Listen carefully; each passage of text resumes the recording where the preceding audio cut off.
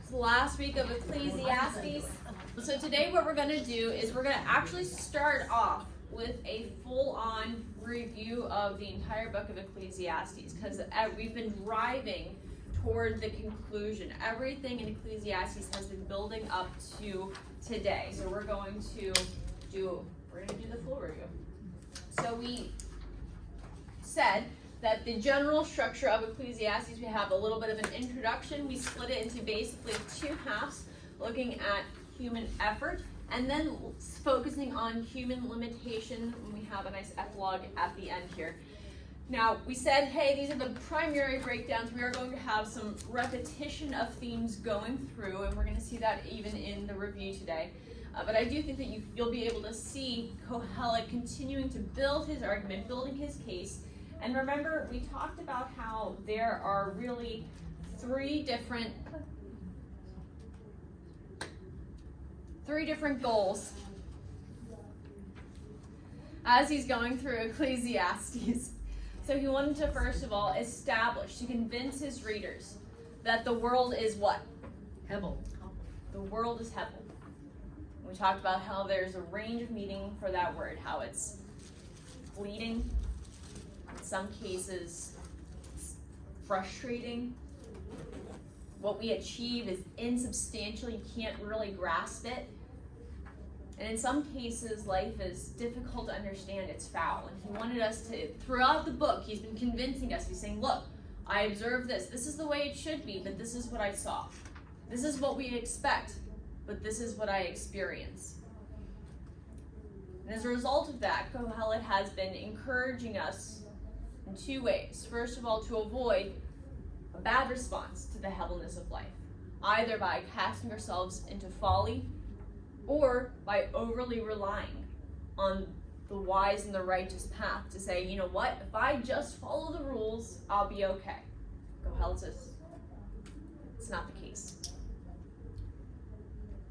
But on the other hand, and what we're going to land on today is we're going to see the path that Kohelet counsels. I think I'm tired.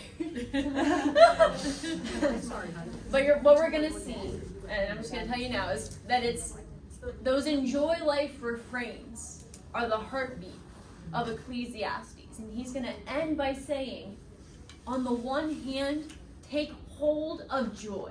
Take hold of that pellet that God has given us. That, remember, that's that lot, that grace gift that he's given to us. And on the other hand, what we're going to see today especially is that fear of the Lord. Those two in tension are going to be what Kohelet counsels as the wisest path in a Hebel world. So we're going in. Here we go. So we started off, introduction. Kohelet stands before the world and says, hey, I'm Kohelet. This is me, and I'm going to set out a declaration. All is Hebel. And then he sort of proposes his thesis in a form of a question.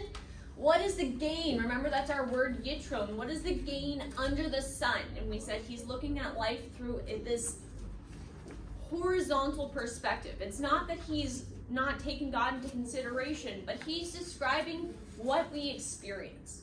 He's looking at the world in a very realistic way, which I find very helpful, because as we've gone through these weeks and we've encountered situation after situation, like, that is Hebel, gosh darn it. So the Kohelet is really looking at these things under the sun. We started off looking at this cycles poem and going through creation, and Kohelet describes, hey, all of these things are occurring, and yet, what's the impact? Nothing. They just keep on doing the same thing over and over again. And he uses this poem to help us to see that toil, that's another one of our key words, that amal, that not just the work, but the burdensomeness of it, that too is Hebel. Again, it doesn't accomplish anything. It's insubstantial. And then Kohelet introduced wisdom, and he says, hey, you know what? I'm going to set out at the beginning of my book, and I'm going to tell you that wisdom too is Hebel. And he doesn't really give us much at the beginning here, but he's introducing these themes that he's going to continue to develop as he goes through the book. And he has that little reflective speech there. Beginning of chapter 2, Kohelet then presents an experiment. He says, you know what, so I've introduced wisdom, now I'm going to introduce pleasure as well. And we talked about how pleasure doesn't necessarily need to be sin. And in fact, what we're going to see throughout the course of Ecclesiastes, what we have seen throughout Ecclesiastes, is that there are many things in life that God has given us to enjoy. And that God, in fact, delights when we delight in those things. And yet, Kohelet lays out here, he says, hey, I went ahead and I tried the full gambit to see if this, hey, what does this do for me? What did he find? Hebel. It's Hebel. If you set out pleasure as your end goal in life, you're going to be empty. You're going to be dissatisfied. There's no lasting gain. Then Kohelet cycles back around to wisdom, and he looks at it through the lens of death. And he introduces death into the picture. And he says, hey, you know what? Wisdom, especially even in the light of the fact that death will come to all, is Hebel. There is no yitron. There's no lasting gain for you under the sun. And this is, again, something he's going to continue to develop both in this half and in the second half of the book.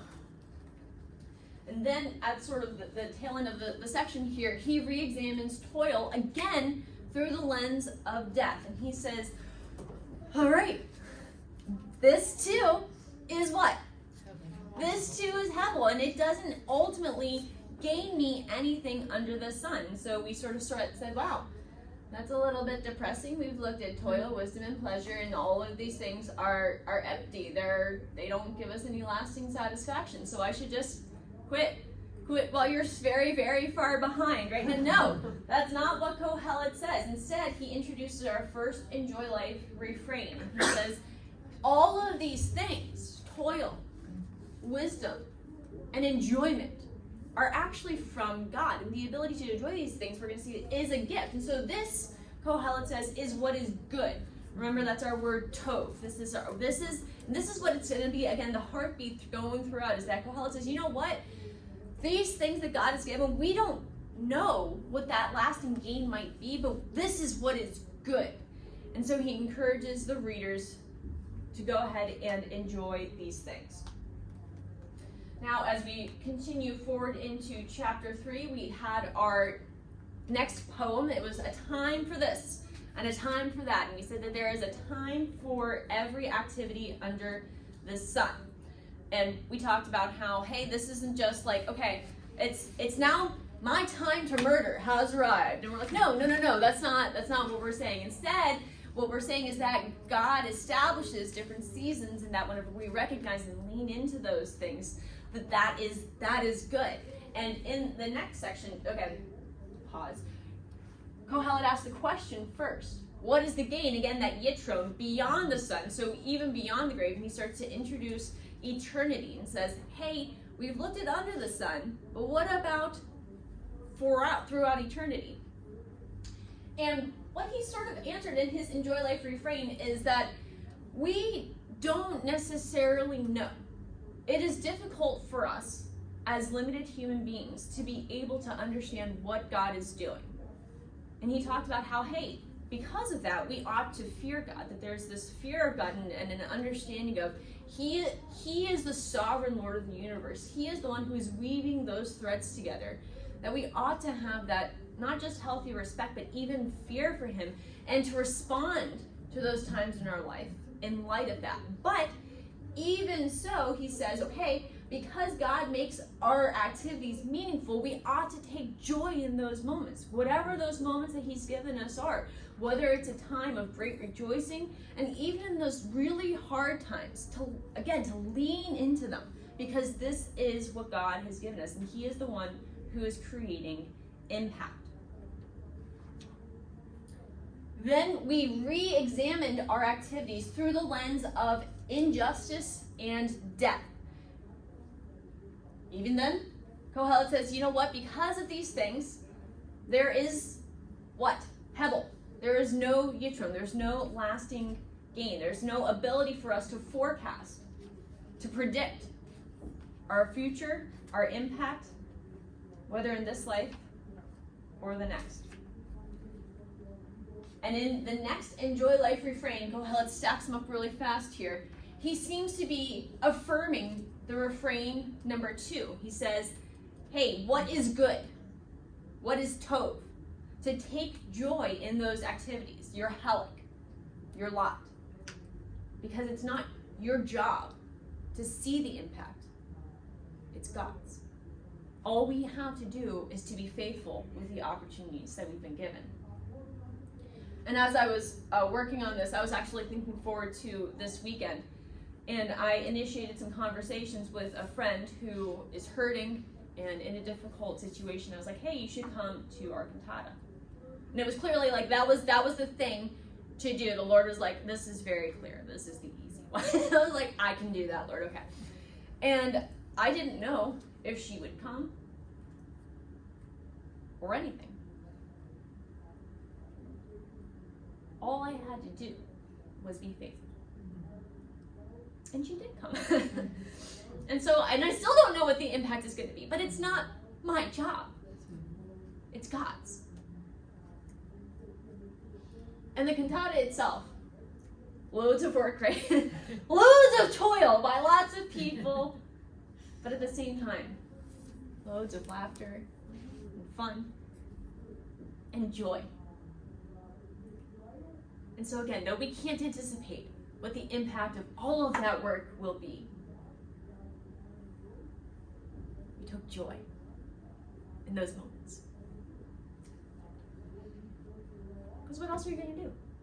You can worry. Oh, what will the impact be? Oh, I don't know. You can be frozen, or you can dive into that well of joy, into that helic that you've been given. As we continue forward, in chapter 4, Kohelet seems to here be laying out additional activities under the sun. So we said, hey, we introduced activities under the sun, and now he's going to re-examine them. And he dives into, on the one hand, some self-centered activities. And he says, hey, this is whenever you pursue wealth, when you pursue relationships, it's all about you. It's not going to end up very well for you. This too is Hebel. There's no gain for you. It's just gonna float away on the breeze. And I just now noticed that.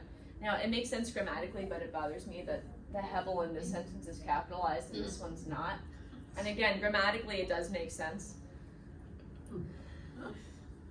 It's fine. It's fine. On the other hand,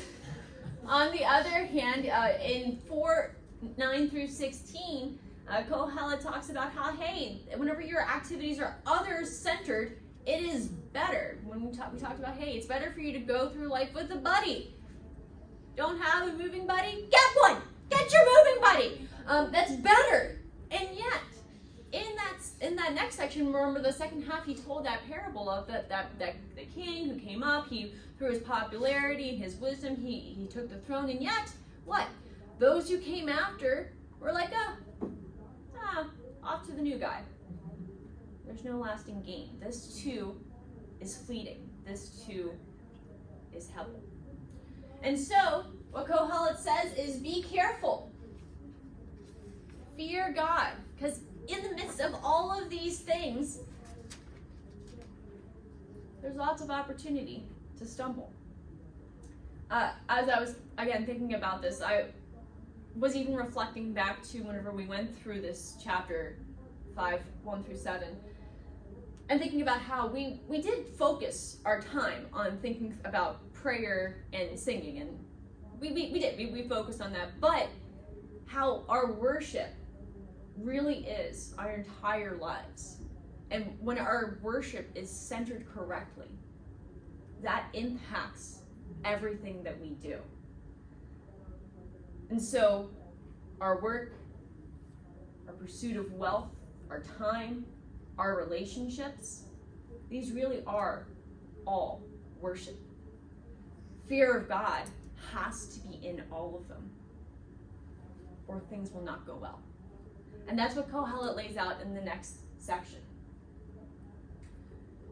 8 through 17, he describes how pursuit of power, money, possessions, all the things, living without the fear of the Lord in a Hebel world, grants you nothing except darkness, vexation, sickness, and anger. You're like, wow, it's such a downer note. But, enjoy life refrain number 4. Kohelet says, in response to this, what is good then? What is good? Not just good, but we brought back this word fitting, beautiful, that we saw from chapter 3. To take joy, again, in your helic. Toil, wealth, relationships, all of it. All of the good that is in our lives, including, by the way, the ability to enjoy. They are all gifts from God. Now, what comes after this, Kohelet presents a little bit of a conundrum. Again, something else he says, this is so Hebel. And he says, death is that great leveler. It cuts the legs out of one and another, all alike. And it steals that God-given helic. He says there are some to whom they get the wealth, they have the relationships, they have whatever, and for whatever reason, whether it's death, sickness, it's taken from them. They don't have that opportunity to enjoy. And you say, God, why? Why would you even grant them that if you were just going to allow it to be taken away? We don't know. And so Kohelet again says, it's Hebel. And so we come to the part 1 conclusion. Kohelet says that toil, wisdom, enjoyment, all of these things that sum up our effort, our human effort, they all prove to be Hebel, ultimately unsatisfactory as goals in and of themselves, unable to be things that we can build our lives upon. But in spite of, and perhaps because of, the fact that we don't gain under the sun, he says to enjoy life, and I didn't highlight that enjoy, which is now bothering me. It's fine. It's fine. You will grant grace to me. And so this sums up the first half of the book of toil, wisdom, pleasure. They're not good goals. They are gifts that God has given to us. Take joy in them. And so as we now move into the second half of the book, Kohelet introduces and really dives into the realm of limitation, and he asks the questions, again, what is the gain? He repeats it. What is the lasting gain under the sun? What is our yitrom? He asks, who knows what is good? And he's really starting to look at wisdom. How can we tell what is the best choice in life? And who can discern what's going to happen next? What's the future? What's our destiny? And I think you can ask too, what's the impact? How are the things that we do going to make a difference? And that's what Kohelet is exploring in the whole second half here. In 7:1 through 14, he takes a closer look at wisdom. He lays out a whole bunch of circumstances, a whole bunch of situations, and says, hey, if you do this, this will be good. If you do this, this is good. There's some gain to living wisely under the sun. Wisdom is better than folly. Shocker. There you go. Thank you, Kohelet. But he needs to say it because we need to be reminded, right? We need to be reminded that wisdom is better than folly because we jump into it head first sometimes. You're like, stop it. Stop doing it. Anyway. And yet, because even though wisdom is better, only God knows the future. And so, Kohelet lets us know that wise and righteous living grants probable, not perfect outcomes. There are no guarantees. There's no promise that, hey, if you just live a good life, be a good girl, then you're going to have that perfect life. The husband, the kids, the house with the white picket fence. We can all look at our lives, the lives of people we love, and say, it's not accurate. It's not accurate in a Hebel world. And so Kohelet says that wisdom is both difficult to figure out. In many cases, it's hard to live out too. Not just because the world is Hebel, but because we ourselves are fallen and limited creatures. And so even in our best attempts to live out wisdom, we fall short. For none are righteous. No, not one. And yet, or rather, and so, Kohelet says that the benefits of being both wise and righteous are not limitless, but rather limited, because we live in a Hebel world. And now and yet, Kohelet says that the best response to this is joy.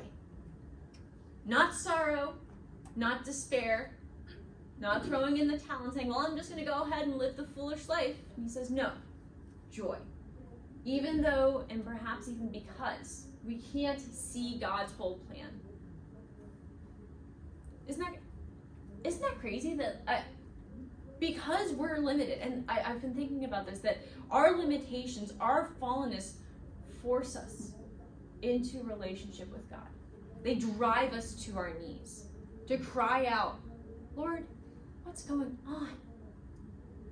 And it's in those moments of desperation that we say, okay, I'm going to turn to you and the living God.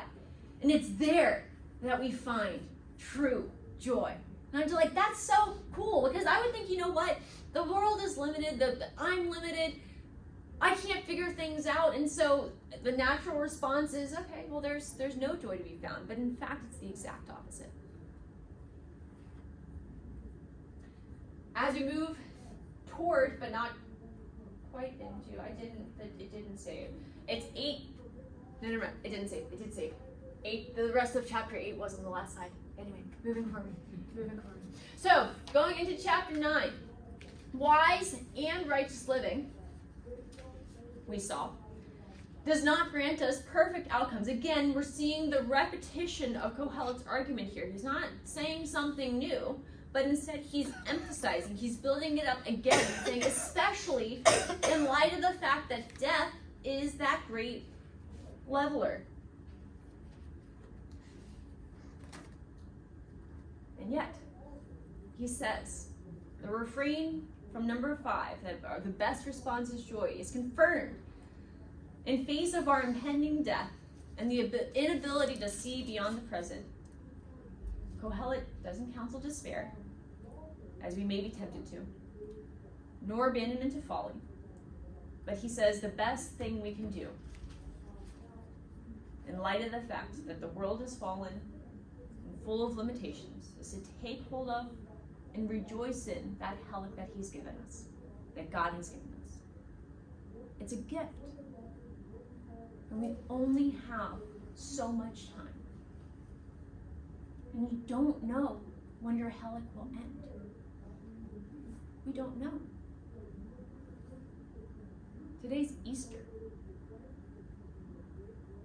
I was listening to a podcast this morning describing how in Nigeria, for the last several years,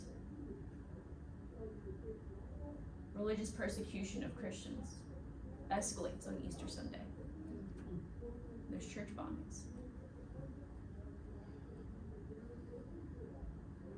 And so their helic is stolen. Like I'm waiting for, the news to pop up that it's happened again. You just don't know. You don't know when your life will end. So take advantage of it today. Today is the only moment that we have. And then we're in very familiar territory, as we only very recently covered these things. We looked at how time and chance, and we said both of those things are not random, but are in the hand of God. That these things that happen in our lives, mean that our future is uncertain. We can't figure it out. Kohelet explored how wisdom, again, is better than folly, and yet it's fragile. We talked about how that fly in the ointment, a little bit of folly, can ruin so much good. It only takes a moment. It goes up in smoke.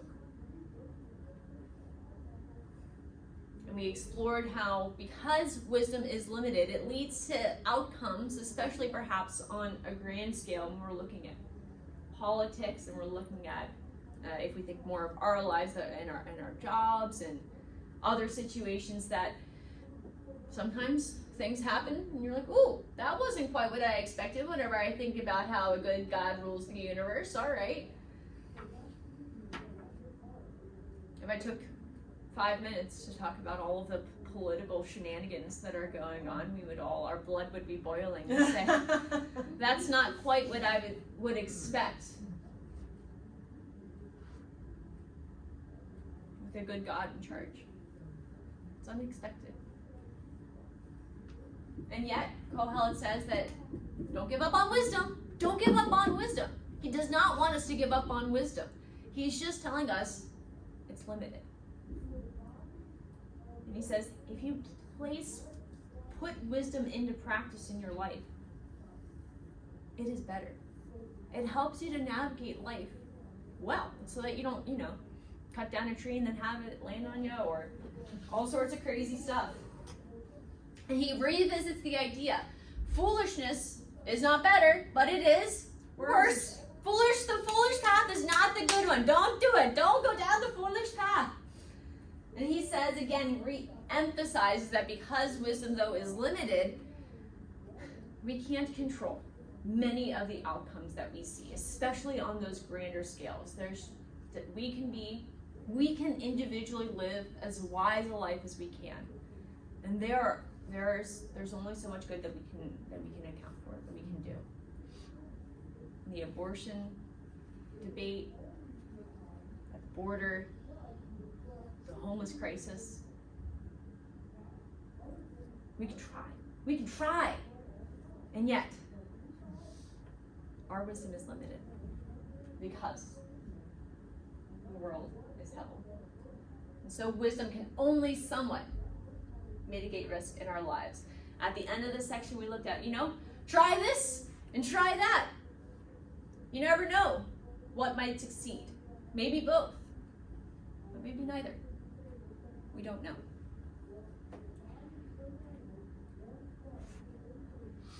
Because the future is uncertain. I panicked for a moment, so I was like, did I repeat the entire next slide? What's coming up? Oh, no. It's just one. And so now, all of that drives us to today, and you're like, oh my gosh, you still haven't talked about the passage. No, I have not. Okay, now we're going to talk about the passage. Let's do it. Ecclesiastes, chapter 11, starting in verse 7. Light is sweet, and it is pleasant for the eyes to see the sun. So if a person lives many years, let him rejoice in them all. But let him remember that the days of darkness will be many. All that comes is Hebel. Rejoice, O young man, in your youth, and let your heart cheer you in the days of your youth. Walk in the ways of your heart and the sight of your eyes. But know that for all these things, God will bring you into judgment. Remove vexation from your heart and put away pain from your body. For youth and the dawn of life are Hebel. So in light of all of the goodness of wisdom, the failures of wisdom, the fleetingness and futility of life, and all the struggles in the unknown, Kohelet answers the questions, what is the gain, what is the good, who can tell the future, by saying, all right, enjoy life once more. So we're looking at the first part here. So light is sweet. I looked at that phrase, and for whatever reason, what immediately popped into my head was Sweet Baby Ray's honey barbecue sauce. I'm not really sure how that got, but rays of sunshine, and there's like a sweet honey. So I was like, oh my gosh, it's the sweet honey rays. No, it's Sweet Baby Rays. It's fine. It's close enough. So so light can be literal, so what you see that's revealed by light, that is sweet, it's something enjoyable, or it can actually be life itself. So it is pleasant for the eyes to see the sun. It is good. The word there is literally good, which is highlighted pink because it's tov. It is good for the eyes to see the sun. Kohelet says, it's good to be alive. This is good. So, if you live many years, rejoice in some of them.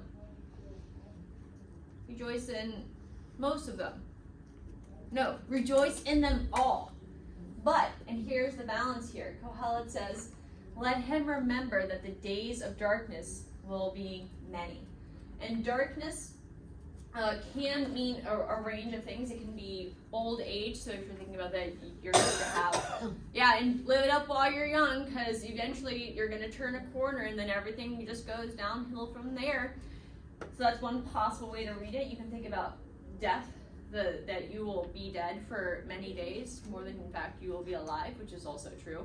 No matter how long you live, you're going to be dead longer than you've been alive. You can also think about this in terms of troubles, that enjoy the good times because there will be many days of trouble in your life. And because Hebrew is Hebrew and encapsulates a range of meanings, I'm going to go ahead and say, I think it's all of them. I think it's all of them. That the days of darkness will be many.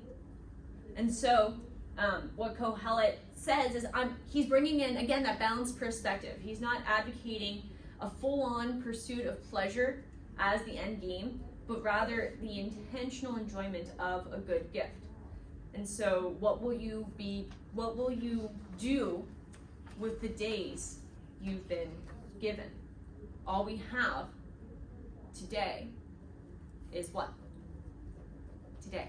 We only have today. So there will be times coming where life is dark, and times whenever we will no longer have the light.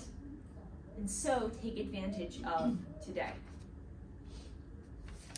The next section, Kohelet continues to sort of qualify this. Now he says, rejoice in your youth. I don't think it means rejoice in your youth. You're like, Mariah, that's what the verse says. And so I don't think he means to be glad that you're 17. I think he means rejoice while you are young. And whenever we say youth, there's a couple ways you can think about it. What are the advantages of being young? The bones don't hurt. Yes. Energy. Yes, energy. You have the ability. What else? You haven't been ahead of you. Everything's ahead of you. You have time. Yes. You have time. Naive. Yeah. You haven't been, not destroyed, but Jaded. by Yes. the Great. Perfect. That's exactly. You're so good. Yes. So we have flexibility. We have some flexibility, energy, and time. Take advantage of the opportunities and the wisdom before it's too late. You can say you're young. I am young. Look at this glowing face. I only got 3 hours of sleep. Look at me. Just look at me. Take advantage before you're unwilling to hear. Before you don't have energy to do anything besides sip tea. Coffee, well, yeah, because coffee gives you energy to do stuff. Tea makes you go to sleep, all right? Before you run out of time. So that youth doesn't just mean youth. It means while you have opportunity before it's too late. And again, we see that Kohelet is not counseling hedonism. So the heart and the eyes are images. They're not literal. That say, hey, the opportunities of life. Take advantage of the opportunities of life. And again, we see he's not advocating hedonism because we see there's balance. There's judgment coming.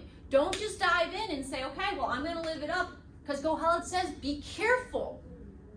Be careful. There is a judgment that is coming. This life is not all that we're living for. But this is the life that we're given. This is our helic. The deck of cards that we've been handed. How will we play them? Before the game ends, we hand the deck of cards back. We have no more activity under the sun. The next phrase, vexation and pain, in order to enjoy life. So you have to remove the things that will get in the way of legitimate joy. Remove the fretfulness, all of the anxiety. So, yeah, do we know that the days of darkness will be many? Mm-hmm. Should we be vexed about it? No.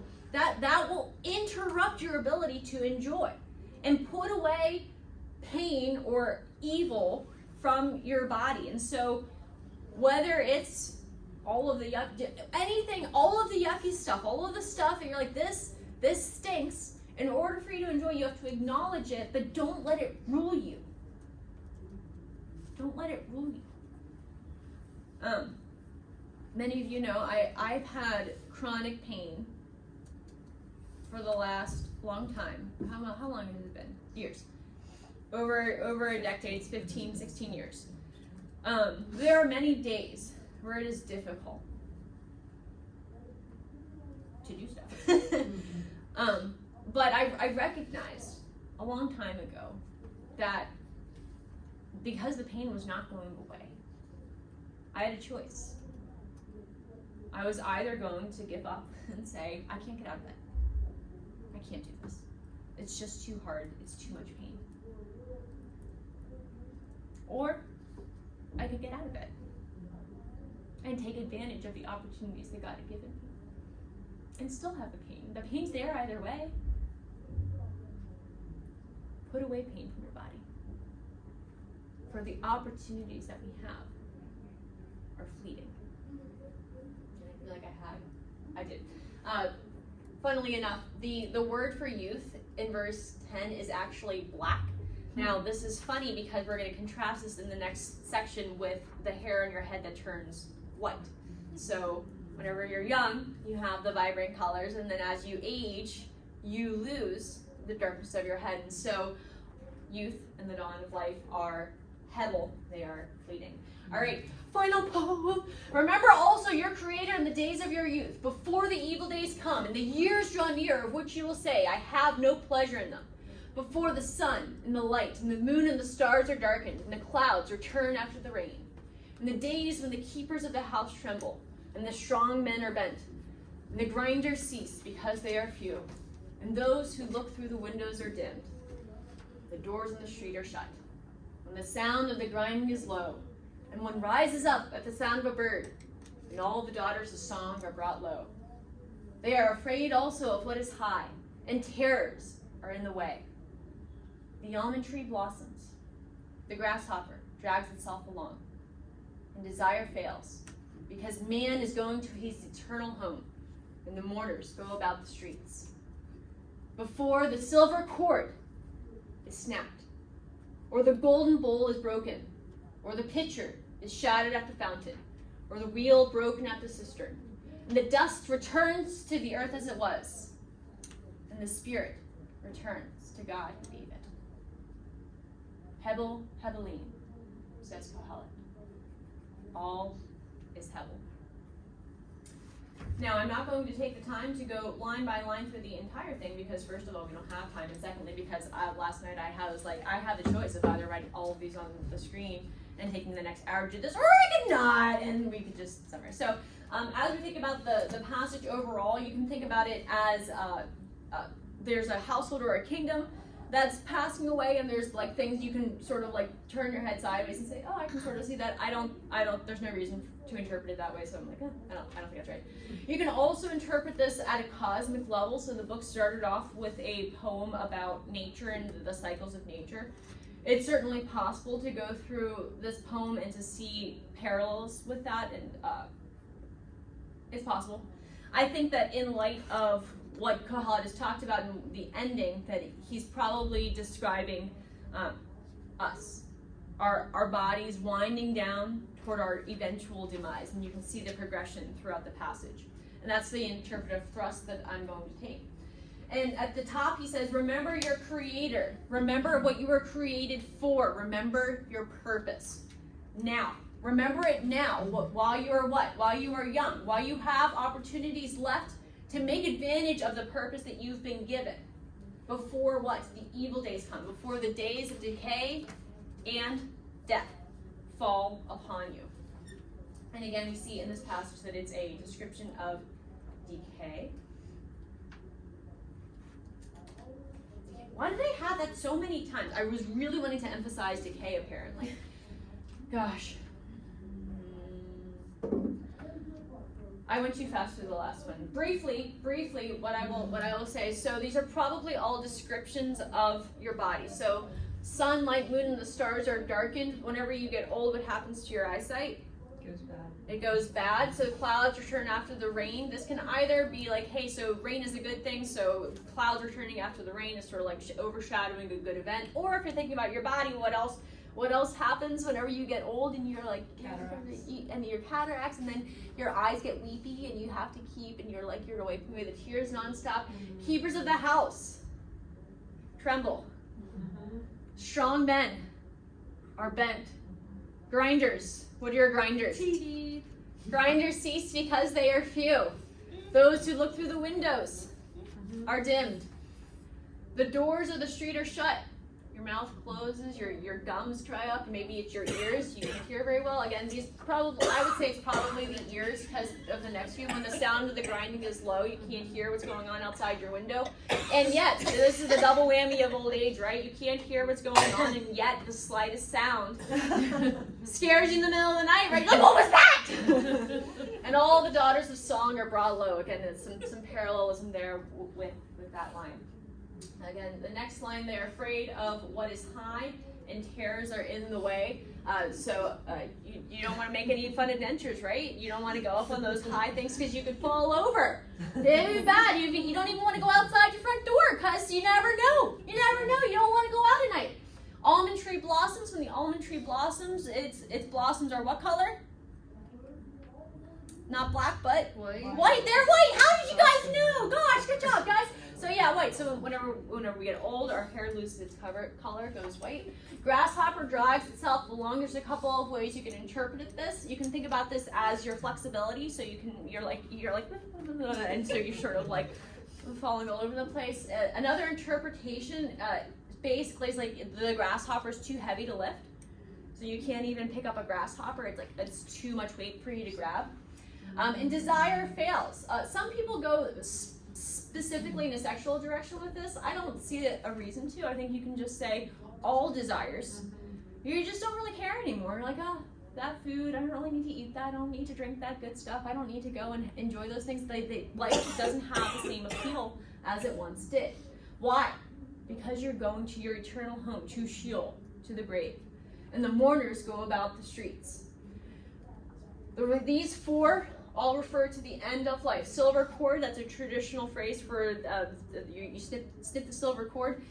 You can also think about it as there was a lamp that would be extinguished, and it was made of a silver cord, like a lampstand, and that supported a golden bowl. And so this lamp would be oftentimes involved in a burial arrangement. So you can see it that way, or you can just think, oh, he's using some fun parallelism here. Both of these have to do with going and getting water. So you're going to get water. Water is a sign of life. And so whenever you go in, but the pitcher is shattered, and the wheel that you'd use to pull it up is now broken. There is no more life left.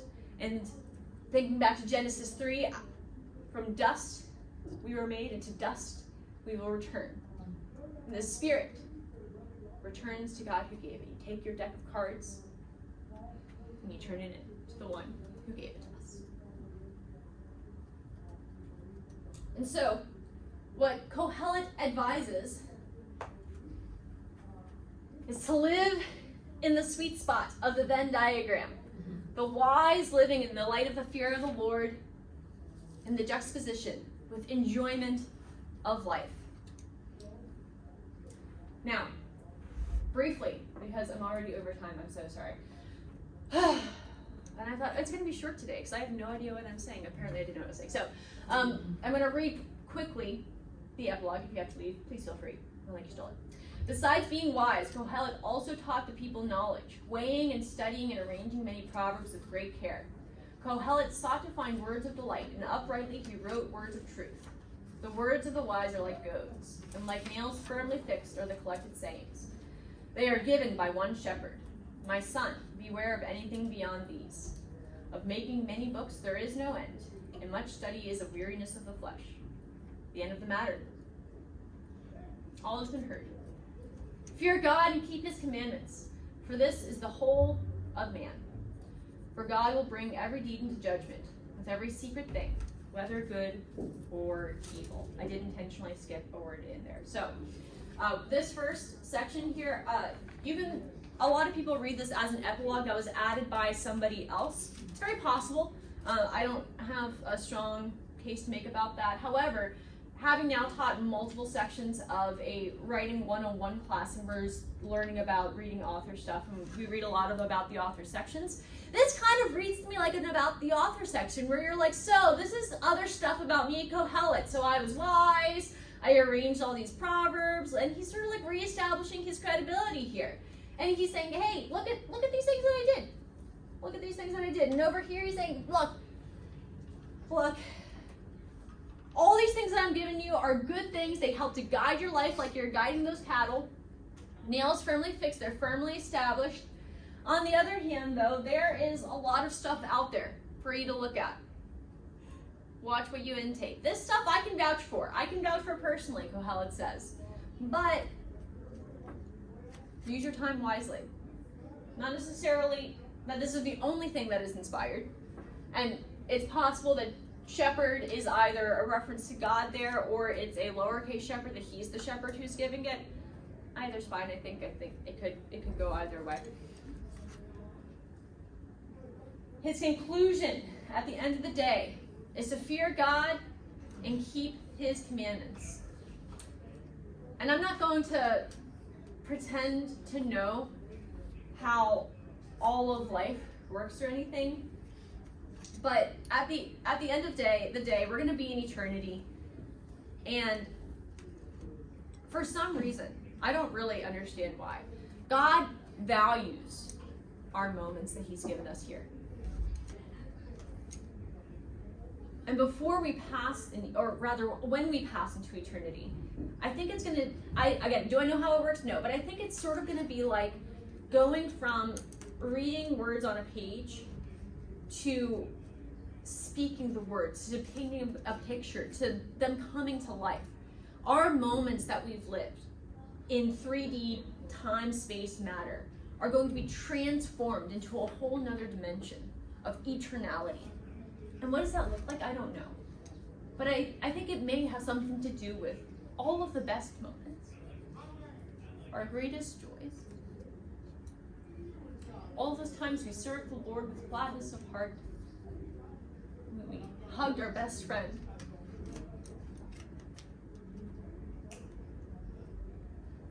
are crystallized, expanded, glorified for all of eternity. And all of those worst moments, we are abandoned, hurt, belittled, are gone. And I don't know exactly how God does it. That he takes all of the sorrow and all of the missed opportunities and all of the pain, and he redeems them. But that's the God that we serve. And that's the faith that we have, that he can. And so, if our moments from today will stretch into eternity, what are we doing with the time that we've been given?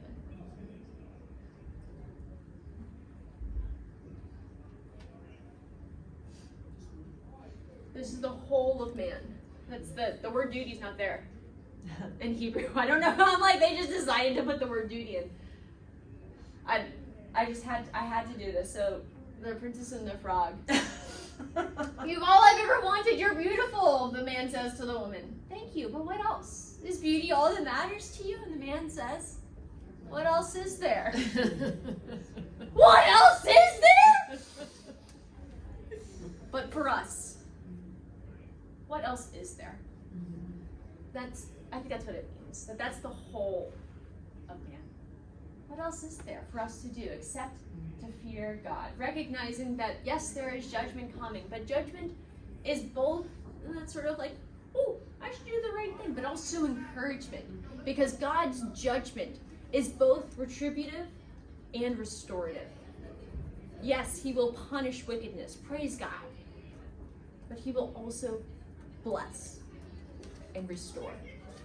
So, at the end of the day, this is the last thing. Okay, so we have our final enjoy life refrain. Take joy before it's too late, and fear before it's too late. We have our poem of aging leading to death, about the author. Use your time wisely. Fear and obey. What else is there? That's it. All right. If you want to do your things, do that. That's all.